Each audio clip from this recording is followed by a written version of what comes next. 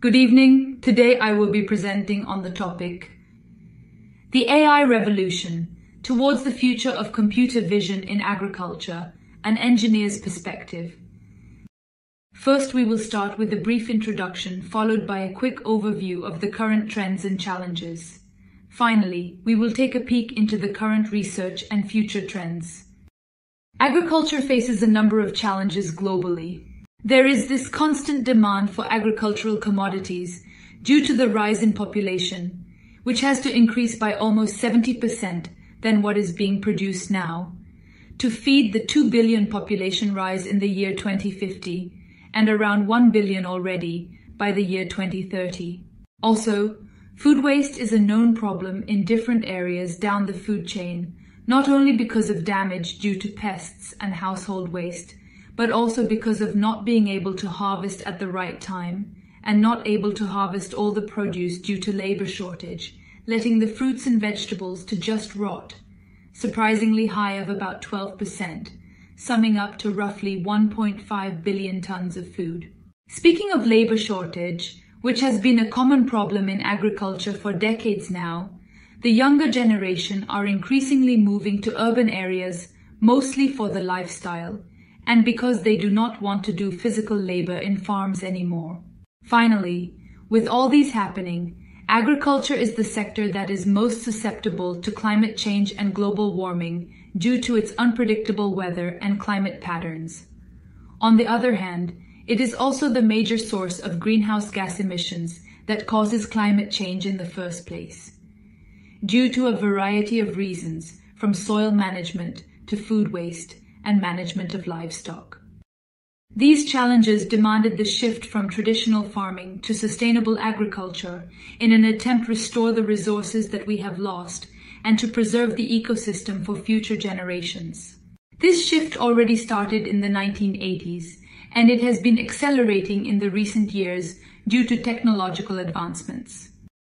The ultimate goal is to handle the challenges that we saw by using less resources and produce less emissions while still achieving high productivity and better quality.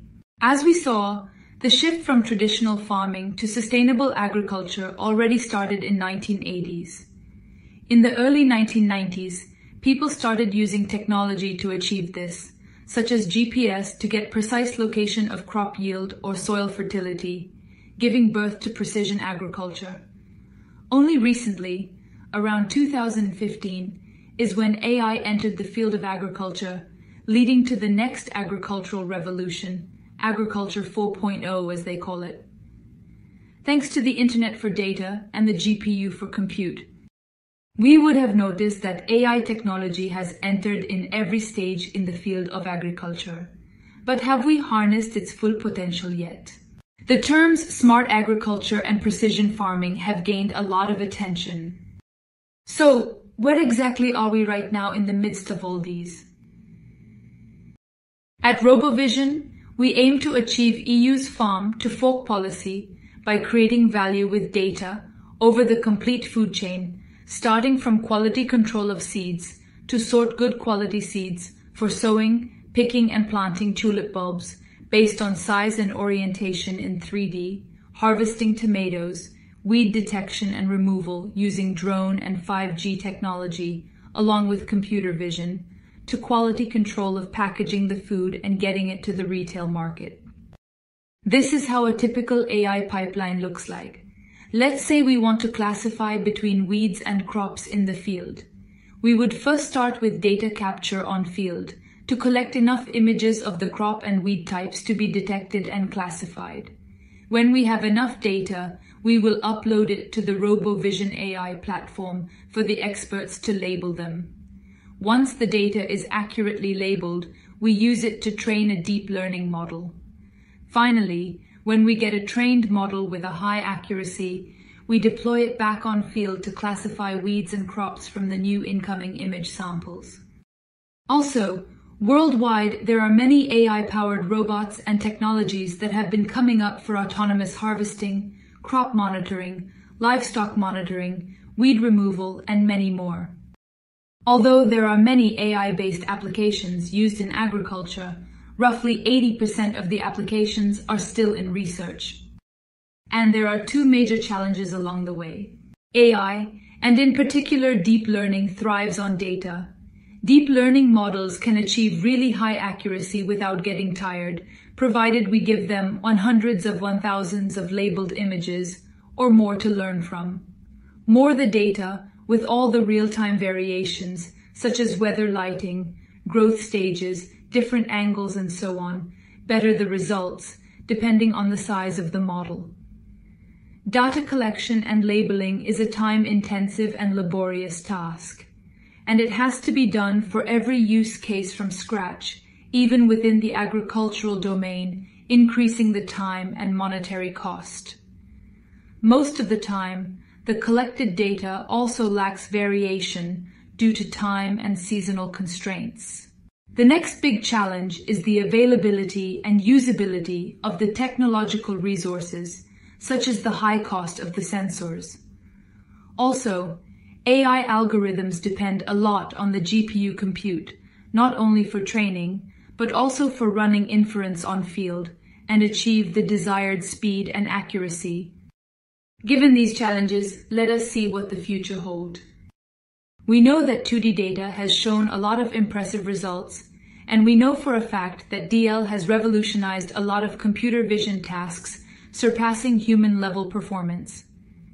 Despite these results, 2D data misses a crucial information, that is, depth. With the recent advancements in 3D sensor technology at reasonable cost, like MS Connect and TOF cameras, has given us the opportunity to investigate deep learning architectures with 3D data more efficiently than ever before. For example, in livestock management, 3D deep learning has also proved to be more efficient than 2D deep learning techniques to capture anatomical landmark of cattle, segment cattle from shadows and dynamic backgrounds, and calculate their body condition score, BCS, and lameness detection score, which is helpful to detect healthy cattle from unhealthy ones. 3D deep learning has also shown promising results in plant phenotyping, where high precision is required for the robot to grab or cut. Although the GPU compute has evolved rapidly in the recent years, it still poses a significant challenge to process 3D data efficiently, memory and compute, forcing us to work with low-resolution 3D data, or to perform prediction in 2D and then convert the 2D information to 3D in order to achieve results real-time. It is only in some more years to come that the GPU compute and perhaps the size of the model will further evolve to make this technology available to use in real time in a much more efficient way. So far, traditional AI models are usually trained on specific dataset for a specific use case. The concept of these foundation models is to train the model on data with a diverse knowledge base, just like the base foundation of a building that supports the structure above it. Once this model is trained, this foundation model can be used as a base model that can be fine-tuned to various specific applications, instead of training a model from scratch for every new application.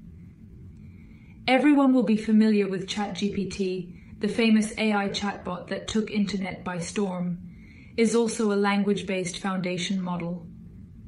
This model was trained with 250 billion words to achieve such an impressive performance that it generates incredible human-like texts.